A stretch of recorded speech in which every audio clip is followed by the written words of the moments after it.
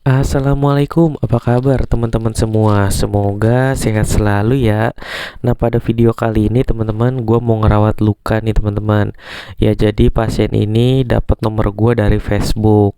Ya, memang ya tentang perawatan luka gue itu gue taruh di platform YouTube yang udah pasti, Facebook sebagai cuplikan, Instagram sebagai Reels, dan TikTok.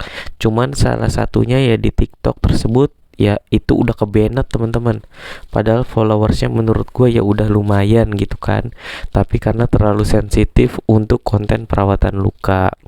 Nah, ini pasien tersebut fraktur ya, terus diurut teman-teman ceritanya, dipasang gips, 3 bulan kemudian dibuka dan ada luka.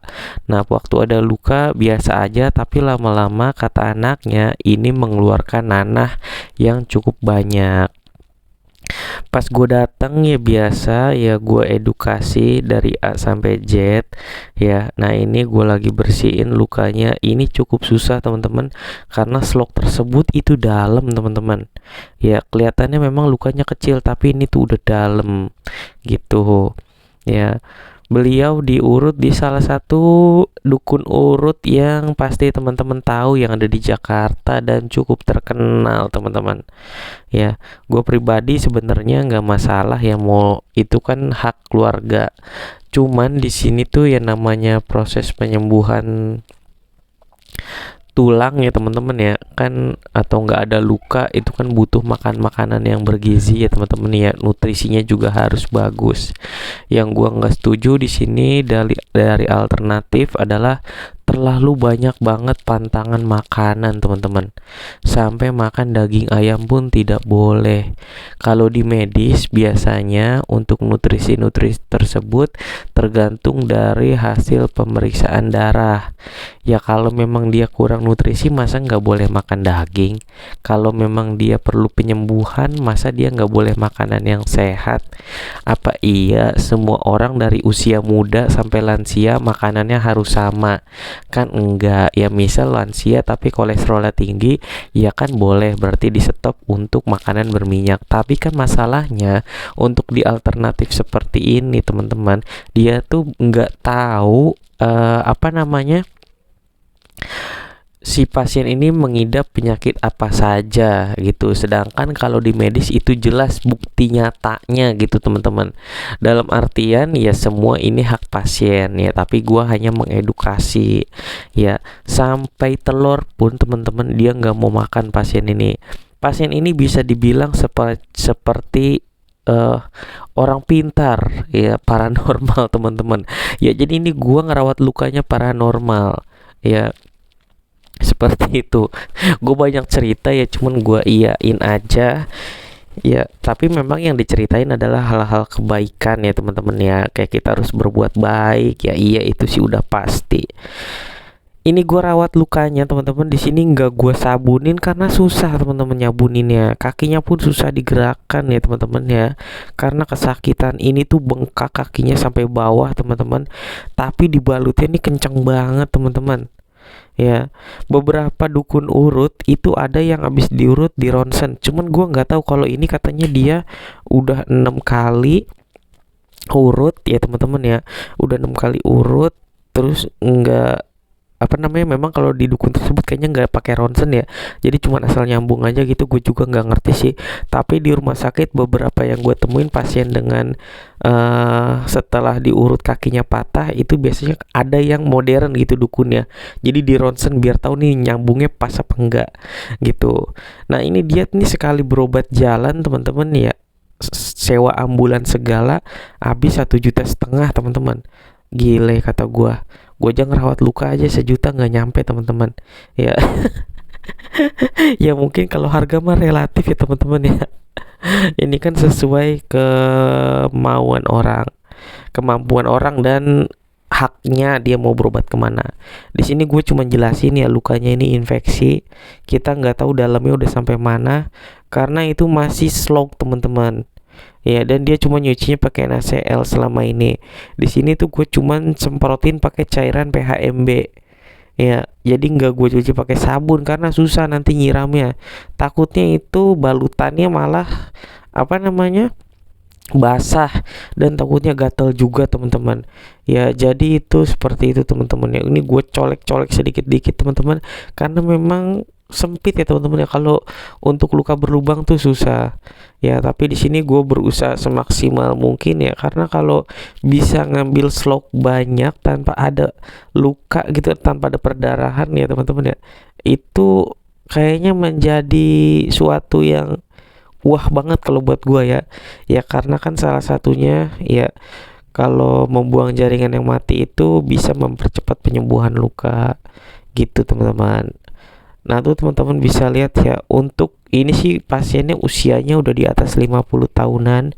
Ya kalau buat remaja jangan sekali-kali ya kalau fraktur diurut teman-teman. Ya, saran gue baiknya langsung ke rumah sakit, pasang pen ke dokter ortopedi. Kenapa? Karena kalau pada usia remaja teman-teman ya, kalau diurut itu tulangnya tuh nyambungnya nggak sesuai teman-teman. Kadang-kadang miring. Nah, kalau masa usia tumbuh kembang dia patah terus diurut miring jadi dengdek sebelah gitu teman-teman ya. Yang bekas patah jadi lebih pendek. Nah, ini nanti waktu proses pendewasaan pada masa tumbuh kembang, kakinya akan pendek sebelah dan jalannya akan pincang. Gua udah pernah ketemu soalnya teman-teman yang seperti itu. Ya pasiennya remaja diurut, pas di ronsen nyambungnya tuh beda teman-teman. Ya jadi otomatis dengdek sebelah. Ya, jadi kalau di kamar operasi itu bener-bener dibuka lukanya kan, di ya kasarnya tulangnya dilihat terus dipasang besi lah. Ya kasarnya pasang pen terus dibaut. Ya kan kalau kelihatan secara mata gitu jelas, itu otomatis kan nyambungnya pasti sempurna teman-teman. Gitu. Tapi kalau pada usia remaja, gua harap jangan diurut gitu kan, buat yang peduli sama kesehatan. Tapi ini terserah ya teman-teman ya, balik lagi ke diri sendiri ya. Nah ini teman-teman bisa lihat ya, ini gue guntingin lama juga teman-teman, karena ini gue luka begini aja teman-teman ya, ini nyolek-nyolek begini aja tuh gue hampir 1 jam teman-teman, padahal lukanya kecil gitu. Terus si pasien ini tuh nggak mau makan telur ikan ya teman-teman ya, dan memang ada banyak pantangan juga dari dukun urutnya. Salah satunya nggak boleh makan ayam ya. Gue nggak tahu udah kalau ikan boleh makan apa nggak. Pokoknya banyak pantangan tuh sampai dicatat. Ya kalau di alternatif begini teman-teman ya, ada beberapa hal yang gue setuju ya tentang herbal ya, atau alternatif juga boleh bisa dikatakan begitu. Ada juga yang gue nggak setuju teman-teman ya. Jadi gue ini walaupun orang medis, gue masih sangat apa ya, sangat juga peduli tentang herbal teman-teman. Ya kenapa? Memang herbal itu beberapa sudah terbukti ya teman-teman ya, bukan beberapa bahkan banyak. Ya cuman sayangnya di kita itu tidak bisa menempatkan kapan kita menggunakan alternatif atau herbal, kapan kita harus ke medis. Ya kayak gue nih, gue seneng banget nonton kontennya Dokter Zaidul Akbar. Bahkan gue sebelum tidur itu selalu minum ini apa namanya, seduhan ya, jahe, terus apalagi yang kecil-kecil tuh kemiri, apa gue lupa ya. Jadi istri gue suruh nyeduh, jadi gue minum itu mulu teman-teman ya, ramuan bikin sendiri. Saran gue kalau yang masih suka herbal, mendingan olah sendiri, jangan beli yang kapsul-kapsul ya. Yang kapsul-kapsul harganya mahal, kita nggak tahu ya itu dibuatnya gimana. Itu kan pasti ada apa namanya, proses pembuatan yang tidak alami teman-teman.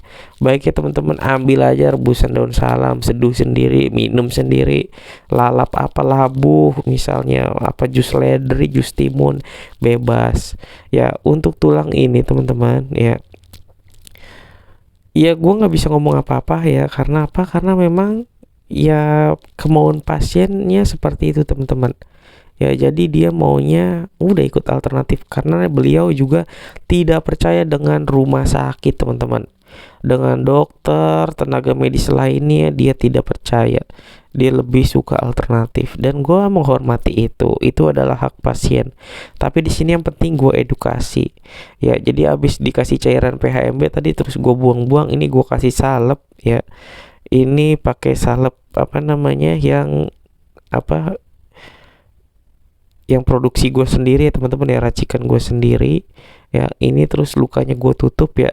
Gue berharap ini slognya akan hilang teman-teman, cepet hilang seperti itu. Udah habis ini langsung gue tutup rapat ya.